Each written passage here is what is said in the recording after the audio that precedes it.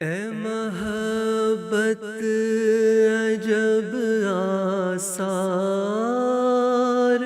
نمایاں کر دی،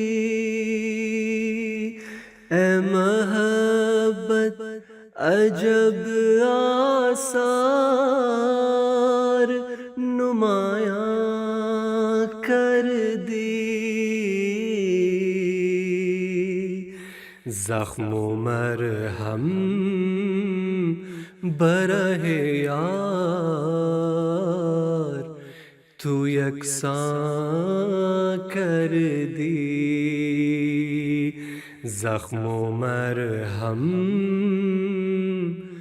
برہ یار تو یکساں کر دی۔ یہ گھانا کے نام سے اب ایک نیا چینل لانچ کیا جا رہا ہے۔ یہ گھانا میں ڈیجیٹل پلیٹ فارم پر 24 گھنٹے نشر ہونے والا نیا ملکی ٹی وی چینل ہوگا۔ MTA گھانا سیٹلائٹ ڈش کی ضرورت کے بغیر ایک عام ایریل کے ذریعے دیکھا جا سکے گا۔ اس کا مطلب یہ ہے کہ گھانا کے لوگ بآسانی اس چینل تک رسائی حاصل کر سکتے ہیں، عام اینٹینا پر بھی۔ یہ چینل اسی جگہ اسی لوکیشن پر دستیاب ہوگا جہاں گھانا کے دوسرے بڑے بڑے چینل موجود ہیں، اور اس طرح ملک کے طول و عرض میں لاکھوں گھروں تک اس کی رسائی ہوگی، اور تمام علاقے ساؤتھ سے لے کے نارتھ تک یہ کور کرے گا انشاءاللہ۔ گھانا کی مختلف زبانوں میں بھی وہابت اسٹوڈیو سے پروگرام تیار کیے جائیں گے، جن میں انگریزی، چوئی، گا، ہاؤسا اور دوسری زبانیں شامل ہیں۔ چینل کی ٹرانسمیشن اور شیڈیولنگ کا کام وہاں لجنہ کی رضاکار اور دیگر ٹیمیں کریں گی۔ اخلاقی اور تعلیمی اور تربیتی پروگرام بنائے جائیں گے، اور اسلام اس کے اس حوالے سے اسلام کی صحیح اور خصوصی تعلیم سے لوگوں کو آگاہ کیا جائے گا انشاءاللہ تعالی۔ السلام علیکم ورحمۃ اللہ وبرکاتہ۔ زخم و مرہم برہ یار کے چوتھے پروگرام کے ساتھ حاضر ہیں۔ خدا تعالیٰ کی راہ میں لگنے والے زخم کی شدت کچھ بھی کیوں نہ ہو، اس کا اثر اور مزہ ہر دوسرے زخم سے جدا ہوتا ہے۔ جماعت احمدیہ کے دوسرے امام حضرت مرزا بشیر الدین محمود احمد صاحب فرماتے ہیں، ایک شعر میں بڑے خوبصورت رنگ میں اسی خیال کو پیش فرماتے ہیں، کہتے ہیں کہ جو لگے تیرے ہاتھ سے زخم نہیں علاج ہے، میرا نہ کچھ خیال کر زخم یوں ہی لگائے جا۔ گزشتہ پروگرام میں ہم نے آن صلی اللہ علیہ وسلم اور آپ کے صحابہ کو لگنے والے ان زخموں کا ذکر کیا تھا، مگر آج سوال یہ اٹھائیں گے پھر کیا وجہ ہے کہ مسلمانوں کو وقت کے ساتھ ساتھ تنزلی کا سامنا کرنا پڑا؟ ایک انتشار نظر آتا ہے، ایک ڈس انٹیگریشن نظر آتی ہے اسلام میں، اور اسے کیا محرکات بنے جس کی وجہ سے یہ کچھ ہوا، اور اس کے بعد پھر بانی جماعت احمدیہ کی ضرورت کیسے پیدا ہوئی؟ ہم اس سوال کو آج اٹھائیں گے۔ سب سے پہلے تو اسلام کے ظہور اور اسلام کی ضرورت سے آغاز کرتے ہیں کہ اسلام کے ظہور کا مقصد کیا تھا۔ تو یہ بتائیے مکرم محترم نصیر حبیب صاحب کہ اسلام کے ظہور کا مقصد کیا تھا اور اسلام کا کیا پیغام تھا جو دنیا کو پہنچایا گیا؟ دیکھیں، بسم اللہ الرحمن الرحیم، کہ اسلام کا پیغام جو ہے وہ فلاح کا پیغام ہے، نجات کا نہیں، فلاح کا ہے۔ نجات کا بھی ساتھ ساتھ اور فلاح کا بھی ساتھ ساتھ، نہ صرف روحانی ترقی کا بلکہ دنیاوی ترقی کا بھی۔ حضرت مسلم رضی اللہ تعالیٰ عنہ فرماتے تھے کہ عذاب دو قسم کے ہوتے ہیں، ایک جو ہے وہ مذہبی ہوتا ہے، عذاب آتا ہے شرعی طور پہ، جب انسان اس کے احکام، کوئی نبی آتا ہے اس کی مخالفت کرتا ہے یا کچھ ایسا ظلم کرتا ہے، ایک اس طرح۔ ایک جو ہے طبعی عذاب بھی آتا ہے، جب کوئی قوم بے پرواہ ہو جاتی ہے ارد گرد سے اور جو دنیاوی طبعی قوانین ہیں ان کا مطالعہ نہیں کرتی، وہ اس پہ بھی عذاب آتا ہے، اس وجہ سے بھی آتا ہے۔ تو اسلام نے نہ صرف دین کو بلکہ دنیا کو ایک یکجہتی، ایک یکتائی عطا کی ہے۔ پہلی قوموں تہذیبوں میں یہ تھا کہ منتشر تھے، ایک طرف ایک تصور ملتا تھا ایک کسی جوگی کا جو اتنا ریاستیں کر کے اتنا ہو گیا ہے دبلا پتلا ہو گیا کہ پیٹ پہ ہاتھ لگاتا ہے تو بیک بون پہ جا کے ہاتھ لگتا ہے، اور ایک طرف ایک پیسہ کمانے والا آدمی ہے وہ اتنا ہیوی ہو گیا کہ وہ چل بھی نہیں سکتا. تو یہ ٹکڑوں میں بٹی ہوئی تھی چیز جو تھی انسانیت. اسلام نے ایک اسے یکتائی عطا فرما دی تھی کہ دن میں وہ لوگ جو تھے وہ تجارت کرتے تھے، راتوں کو عبادت کرتے تھے، مجاہد بھی وہ تھے. تو ایک انسان کو کمپریہنسونیس عطا کی تھی اسلام نے، اور وہ جو حسن تھا انسان کا، جو اصل حسن تھا، وہ عطا کیا تھا.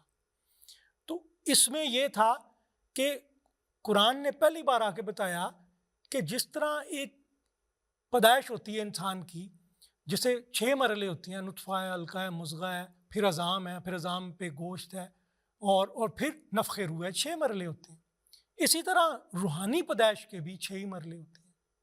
آپ کو لغو سے نمازوں میں خشوع اختیار کرنا پڑتا ہے، اور لغو سے اعراض کرنا پڑتا ہے، زکوٰۃ آپ کو دینی پڑتی ہے، اور اپنی عصمتوں کی حفاظت کرنی پڑتی ہے، امانتوں کی حفاظت کرنی پڑتی ہے، نمازوں کی حفاظت کرنی پڑتی ہے. اور 6 مرحلے پہ اللہ تعالیٰ پھر اپنی روح پھونک دیتا ہے اور بندہ خلیفۃ اللہ بنتا ہے، اور ایسا فرد بنتا ہے کہ اللہ تعالیٰ کو اگر اس کے لیے جتنے بندے بھی مارنے پڑیں زیادہ، اس کو بچا لیتا ہے. اور بقول حضرت مسیح موعود علیہ السلام، جیسے کہ شیرنی آتی ہے اپنے بچے کو بچانے کے لیے، اللہ میاں اس طرح غضبناک ہو کے اپنے اس بندے کی غیرت رکھتا ہے اس کے لیے. تو یہ اسلام نے ایک انقلاب، اور ایک سائنس ہے یہ. دیکھیں اگر آپ روتے ہیں نمازوں میں، سب سے پہلے قد افلح المؤمنون الذین هم فی صلاتہم خاشعون، پھر عن اللغو معرضون. اگر آپ کی خشیت جو ہے، آپ کی پہلی سٹیج، اگر آپ عن اللغو معرضون پہ پہنچتے ہیں تو سمجھو کہ آپ کا وہ خشیت قبول ہو گئی ہے.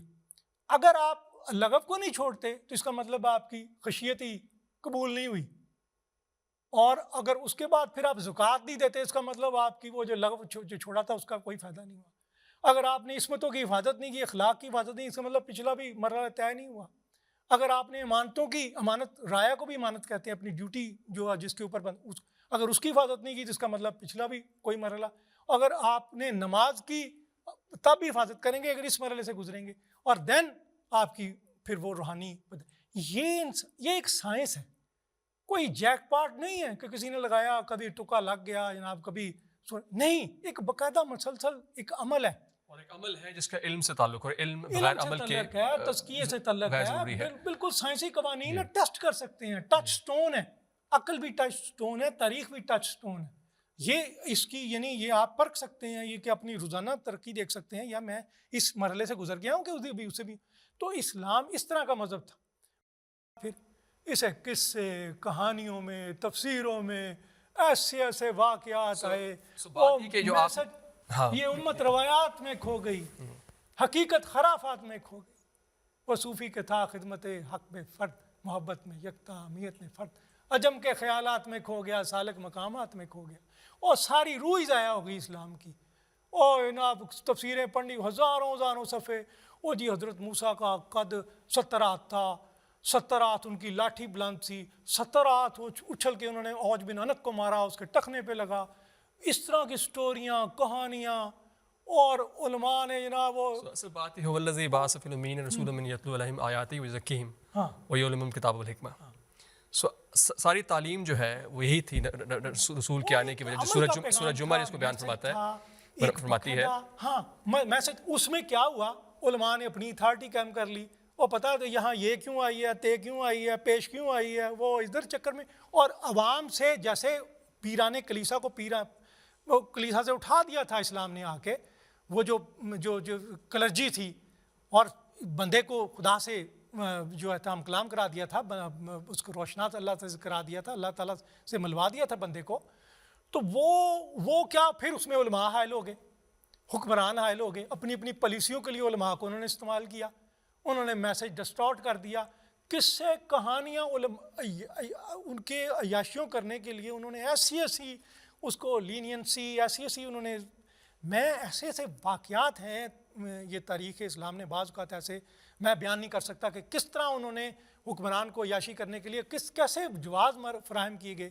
اور جو لوگ اٹھتے تھے اس کی آواز اٹھانے کے لیے، کس طرح ان کو ملحد اور زندیق قرار دے کے ان کو ان کی تعدیب کی گئی اور کس طرح ظلم و ستم کا نشانہ بنایا گیا، اور لوگ کثرت سے اسلام کے دائرے میں داخل ہوئے ہیں اور یدخلون فی دین اللہ افواجا، بہت یعنی ایک فوجوں کی فوجیں داخل ہوئی ہیں.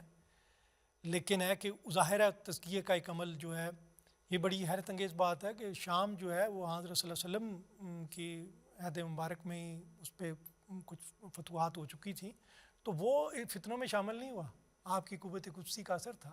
لیکن یہ جو بصرہ تھا یا کوفہ تھا یا مصر تھا، یہ آپ کے بعد ہوا، یہاں پہ فتنہ پھیلا ہے.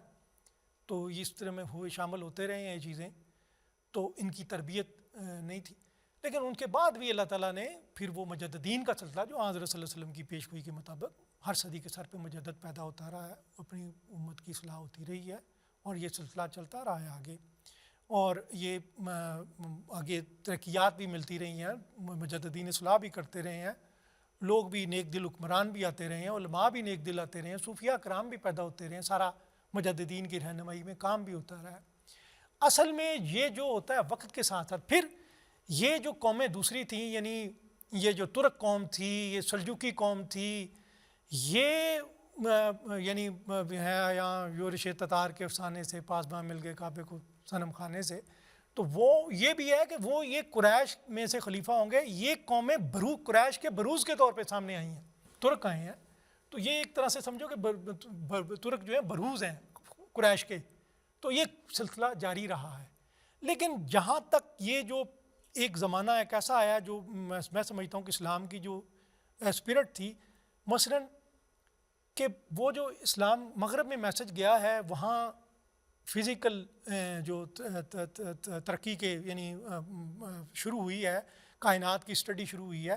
اور میں ابن خلدون کو بہت بڑے عالم سمجھتی ہیں، لیکن وہ ان کے جو ہے مقدمہ ابن خلدون میں لکھا ہوا ہے کہ مغرب کی قوموں میں یہ طبیعاتی علوم کا بڑا عمل دخل ہے، لیکن ہمارے دین کا ایسا تو کوئی تعلق نہیں، لہٰذا ہمیں کوئی تعلق نہیں. اور بعض کا خیال ہے کہ شاید وجہ وہ بھی بنتی ہے، اسلام کا جو ایک عروج تھا سائنس کے اندر، شاید وہ باتیں بھی بعض اوقات ایک اور ایکسٹریم پیدا کر رہی تھی. ایک خراب ہوئی، ایک طرف سے تو قصے، کہانیاں، مباحث، علم الکلام کے مسئلے، اور اس میں روح ضائع ہو گئی، اسلام کی اسپرٹ ضائع ہو گئی، اور مباحث علم الکلام کے دریق، یہ وہ کتنا تھا، وہ دروازہ کیا تھا، وہ کیا تھا، اس کا کیا قصہ تھا، یہ قصہ تھا، اس میں وہ اس میسج کو ہوا ڈسٹارٹ ہوا. پھر یہ جو فزیکل لاز کو پڑھنے کے بارے میں اس میں نقصان پہنچا، اس کو بھی ڈسکریج کیا گیا.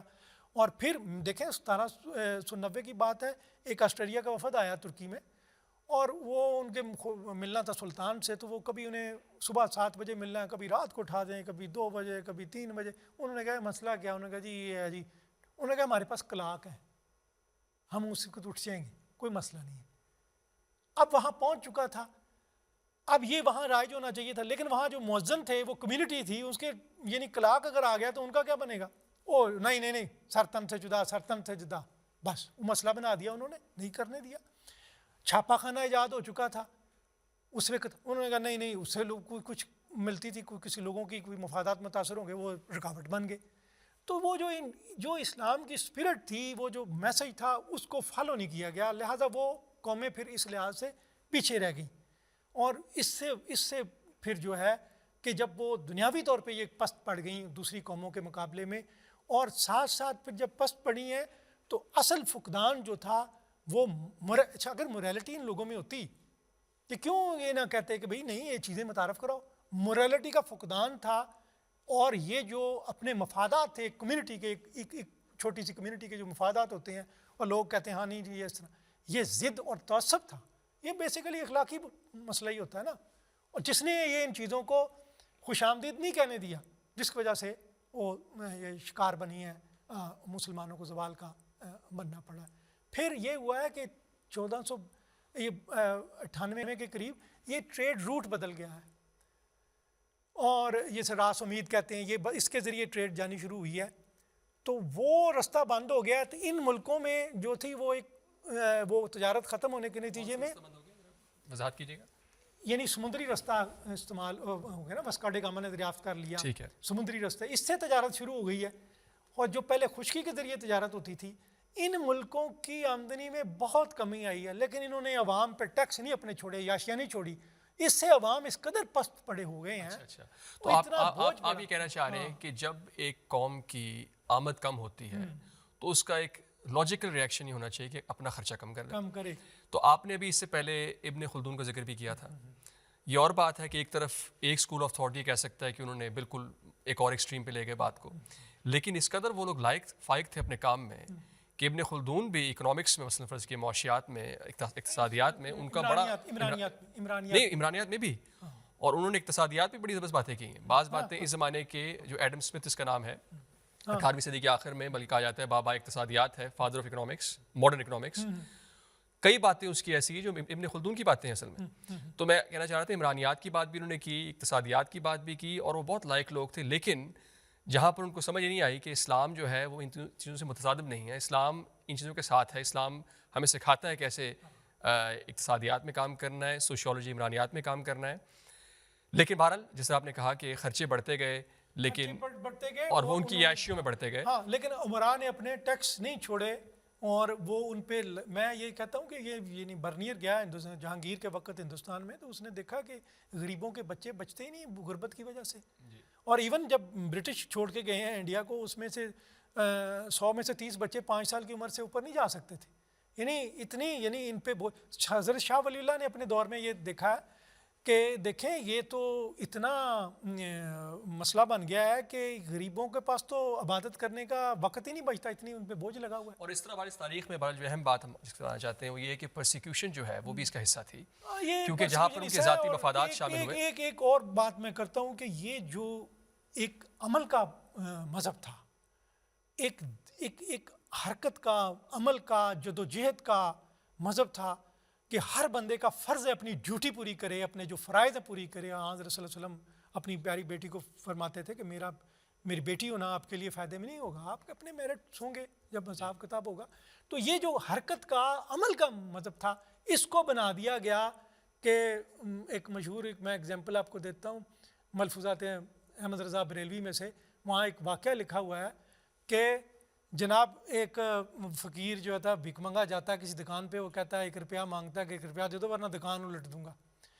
پاس سے ایک صاحب حال گزرتے ہیں، لوگ اکٹھے ہو جاتے ہیں، تو وہ کہتے ہیں اس کو 1 روپیہ دے دو ورنہ یہ دکان الٹ دے گا. تو وہ کہتے ہیں کہ یہ تو بے شرح جاہل آدمی ہے. وہ کہتے ہیں نہیں، میں نے دیکھا اس کے شیخ کو دیکھا، وہ بھی خالی ہے، اس کا شیخ ہے البتہ وہ ٹھیک ہے، وہ کھڑا ہے منتظر کب یہ نہ دے تو وہ دکان الٹ دے. اس کا مطلب ہے کہ وہ یعنی شیخ سے وابستہ ہو گیا، عمل کرنے کی ضرورت نہیں ہے. اس نے اسلام کی اسپرٹ کو جو متاثر کیا ہے. آپ آن دی ادر ہینڈ حضرت مسیح موعود کو دیکھیں، وہ تو فرماتے ہیں کہ جو قرآن پاک کے 700 احکامات ہیں، جو ایک حکم کو بھی چھوڑتا ہے اپنے ہاتھ سے اپنی نجات کا دروازہ بند کرتا ہے. جو نماز نہیں پڑھتا میری جماعت میں سے نہیں ہے، جو لالچ کو نہیں چھوڑتا میری جماعت میں سے نہیں ہے، تو وہ جو دین کو دنیا پہ مقدم نہیں کرتا وہ میری جماعت میں سے نہیں ہے. وہ تو کرنے پہ زور دیتے ہیں. اور جس طرح آپ نے ساری تاریخ بیان کی ہے، اور دراصل جو یہی مفادات ہیں جن کی وجہ سے بعض اوقات جو لوگ جن کے اپنے مفادات پہ کو ٹھیس پہنچتی ہے وہ دوسروں پر ظلم کرتے ہیں. آپ نے قرون وسطیٰ کے مسلمانوں کو ذکر بھی کر دیا ہے اپنی اس گفتگو میں، جس میں معتزل ہو گئے یا اشری ہو گئے، ایک دوسرے کی گردنیں مارتے رہے، اور ایک طرف ایکسٹریم اسلام کی طرف سمجھ رہے تھے کہ اسلام جو ہے صرف وہ اسپرٹ کا نہیں بلکہ فارم کا نام ہے. ایک طرف بالکل اسپرٹ کے چلے گئے، ایکسٹریم ایک اور بن گئی.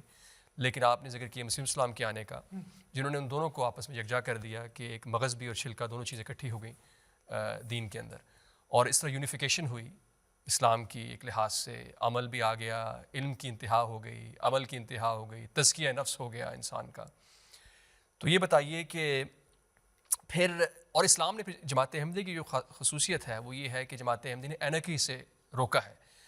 جو اینرکی ہے، اگر فرض کیے پاکستان کے احمدیوں پر جو مظالم ہو رہے ہیں، اس کا جواب اگر ہم پوری تاریخ آپ نے اس تاریخ کی بعض باتیں اٹھائی ہیں. جماعت احمدی کی تاریخ بہت مختلف نظر آتی ہے اس تاریخ دور کے مقابلے میں، کہ جہاں پر اس کا ظلم ہوئے، پرسیکیوشن ہوئی، ہندوستان کے زمانے سے لے کر احراریوں کے فتنے سے لے کر بات آگے چلتی رہی، پاکستان بنا. اور اس کے بعد بھی ہم دیکھتے ہیں کہ جماعت احمدیہ ملک کی اس قدر وفادار جماعت ہے، شہری ہیں احمدی، کہ بغاوت کے جذبات کو کچلتے ہیں ہر وقت. حالانکہ کوئی اور ایک مثال بھی دنیا میں ایسی دکھائی جائے کہ مسلسل اس بات پہ بہرحال سب اگری کریں گے، چاہے ان کا تعلق جماعت احمدیہ سے ہے یا نہیں ہے، کہ جماعت احمدیہ مسلسل ایسا ظلم و ستم کا زمانہ رہا ہے اور بڑھتا گیا ہے ظلم و ستم کی، جماعت احمدیہ کے جواب صرف صبر و صلات تھا. یہ بتائیے کس طرح وہ کیا چیز ہے جو اس جماعت کے سرشت میں ہے کہ اس کو قائم کیے رکھے ہوئے ہے، اور ان باتوں کے باوجود جماعت احمدیہ بڑے صبر کے ساتھ، حوصلے کے ساتھ ترقی پہ ترقی کر رہی ہے، وہ کیا چیز ہے؟ دیکھیں بیسیکلی جو میں سمجھتا ہوں حضرت مسیح موعود علیہ السلام نے آ کے وہ جو تناظر تھا نا، وہ ایسا یعنی بچھڑے ہوئے تھے، یعنی ایک کلچر سے اس کے جیسے ماورا کا رشتہ ٹوٹ جاتا ہے نا، جب کوئی پتہ نہیں لگتا کہ میرا کدھر میرا خالق کدھر گیا. جیسے غالب کہتے ہیں نا، غالب کہتا ہے کہ نامہ بر تو ہی بتا، تو نے تو دیکھے ہوں گے کیسے ہوتے ہیں وہ نامے جن کے جواب آتے ہیں. تہذیب کی نمائندگی کرتا ہے غالب اپنے، تو اسے بابا غلام فرید اپنے دور میں کہتے ہیں میرا یار گیا تے ول نہ آیا، پتہ نہ دسیا خط نہ پایا. حضرت مسیح موعود علیہ السلام نے وہ پتہ بھی لے کے آئے تھے، وہ خط بھی لے کے آئے تھے، نشان بھی لے کے آئے تھے اس خدا کا. وہ خدا اب بھی بناتا ہے جسے چاہے کلیم، اب بھی اسے بولتا ہے جسے وہ کرتا ہے پیار. یہ میسج لے کے آئے تھے کہ یہ سب سے بڑی ہماری دولت ہے. ایک زندہ خدا سے تعلق ہے ہمارا، جو ٹوٹ گیا تھا، قوم چلا رہی تھی جدائی میں اور ہمیں خدا سے ملا دیا. اب جب مل گیا، محبوب مل گیا، تو پھر نماز عشق ادا کی تیرے شہیدوں نے، کب ہوا قضا کی تیرے شہیدوں نے، پھر وہ ایک چیز ہو جاتی ہے. پاویں ہجر تے پاویں وصال ہوئے وقت وقت دوواں دیاں لذتاں نے، انہیں کوئی پرواہ نہیں ہے. اب خدا سے مل گئے. دیکھیں سب سے بڑی بات ہوتی ہے کہ ہمیں حضرت مسیح موعود علیہ السلام نے یہ آگے بتایا کہ خدا کی مداخلت کہاں ہے. خدا کی مداخلت کہاں ہے کہ اب دور برہان کا ہے، دلیل کا ہے، براہین کا ہے، دلیل کا ہے. آپ نے اسلام کا ڈیفینس کرنا ہے، ڈیفینڈ کرنا ہے دلیل کے ساتھ. آپ کوئی آپ کو طاقت سے نہیں روکے گا، لہذا آپ کو توپ و تفنگ نہیں دی گئی، آپ کو قلم کی طاقت دی گئی ہے. آپ نے قلم کیونکہ ضرورت نہیں ہے، لہذا وہ جو ملی ہے طاقت آپ کو دلیل کے، اور آپ نے دوسرے لوگوں کو وارن کیا جو یہ حکم سن کے جو لڑائی کو جائے گا کافروں سے سخت عظیمت اٹھائے گا. وہ ہم دیکھتے ہیں کہ بڑھتا چلا جا رہا ہے. 210 ممالک میں احمدیت پھیل گئی ہے. ہمارا میسج جاتا جا رہا ہے. دنیا بھوکی پیاسی ہے ایک مخلوق کے لیے. یہ لڑتے کیوں ہیں آپس میں؟ کیوں امریکہ میں ایسا فساد پڑا ہے؟ ہاں ہر دولت ان کے پاس ہے، ہر چیز ان کے پاس ہے. کیوں؟ اندر سے جب بندہ جیسے بچہ ماں سے بچھڑ کے روتا ہے، اس طرح مخلوق خدا سے بچھڑ کے روتی ہے اور لڑتی ہے. عقل اندھی اگر نیر الہام نہ ہو. تو یہ ہے میسج ہمارا. ہم نے خدا کا میسج انہیں دینے چلے ہیں کہ یہ ہے. اور یہ جو اسپرچول ویکیوم اس وقت ہے، اور لوگ جو ہیں اس پیاس سے، مسئلہ مادی ہو تو مادی جواب دو، اگر روحانی ہے تو روحانی دو. تو ہمارے پاس وہ لے کے آئے ہیں، ان کے پاس یہ روحانی میسج. اور جس پیغام کی آپ بات کر رہے ہیں، حضرت مسیح السلام نے کئی جگہوں پر اس پیغام کا ذکر کیا ہے، بڑے اختصار کے ساتھ بھی اور بعض جگہ بڑی تفصیل کے ساتھ بھی. میں ایک مثال پیش کر دیتا ہوں اس پروگرام کے آخر میں. آپ علیہ السلام فرماتے ہیں ہمارے مذہب کا خلاصہ اور لب لباب یہ ہے کہ لا الہ الا اللہ محمد رسول اللہ. ہمارے اعتقاد جو ہم اس دنیاوی زندگی میں رکھتے ہیں، جس کے ساتھ ہم بفضل و توفیق باری تعالیٰ اس عالم گزران سے کوچ کریں گے، یہ ہے کہ حضرت سیدنا و مولانا محمد مصطفیٰ صلی اللہ علیہ وسلم خاتم النبیین و خیر المرسلین ہیں، جن کے ہاتھ سے اقبال دین ہو چکا اور وہ نعمت بمرتبہ تمام پہنچ چکی، جس کے ذریعے سے انسان راہ راست کو اختیار کر کے خدا تعالیٰ تک پہنچ سکتا ہے.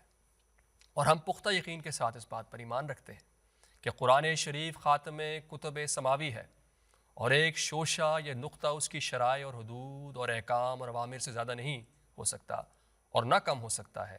اور اب کوئی ایسی وحی یا ایسا الہام من جانب اللہ نہیں ہو سکتا جو احکام فرقانی کی ترمیم یا تنسیخ یا کسی ایک حکم کے تبدیل یا تغیر کر سکتا ہو. اگر کوئی ایسا خیال کرے تو وہ ہمارے نزدیک جماعت مومنین سے خارج اور ملحد اور کافر ہے. اس کے ساتھ ہی زخم مرہم برہ یار کے چوتھے پروگرام کا وقت ختم ہوتا ہے. انشاءاللہ اگلے پروگرام پھر حاضر ہوں گے. السلام علیکم ورحمۃ اللہ وبرکاتہ. ہمارے مخالفین راستہ بند کرنے کی کوشش کرتے ہیں، اللہ تعالیٰ دوسری جگہ اور کئی راستے کھول دیتا ہے. یہ ہے اللہ تعالیٰ کے فضل جماعت پر. انشاءاللہ تعالیٰ جو بند راستے ہیں وہ بھی کھلیں گے اپنے وقت پہ انشاءاللہ، لیکن اللہ تعالیٰ نے ساتھ ہی ساتھ خوشی کے بھی سامان پہنچا دیتا ہے۔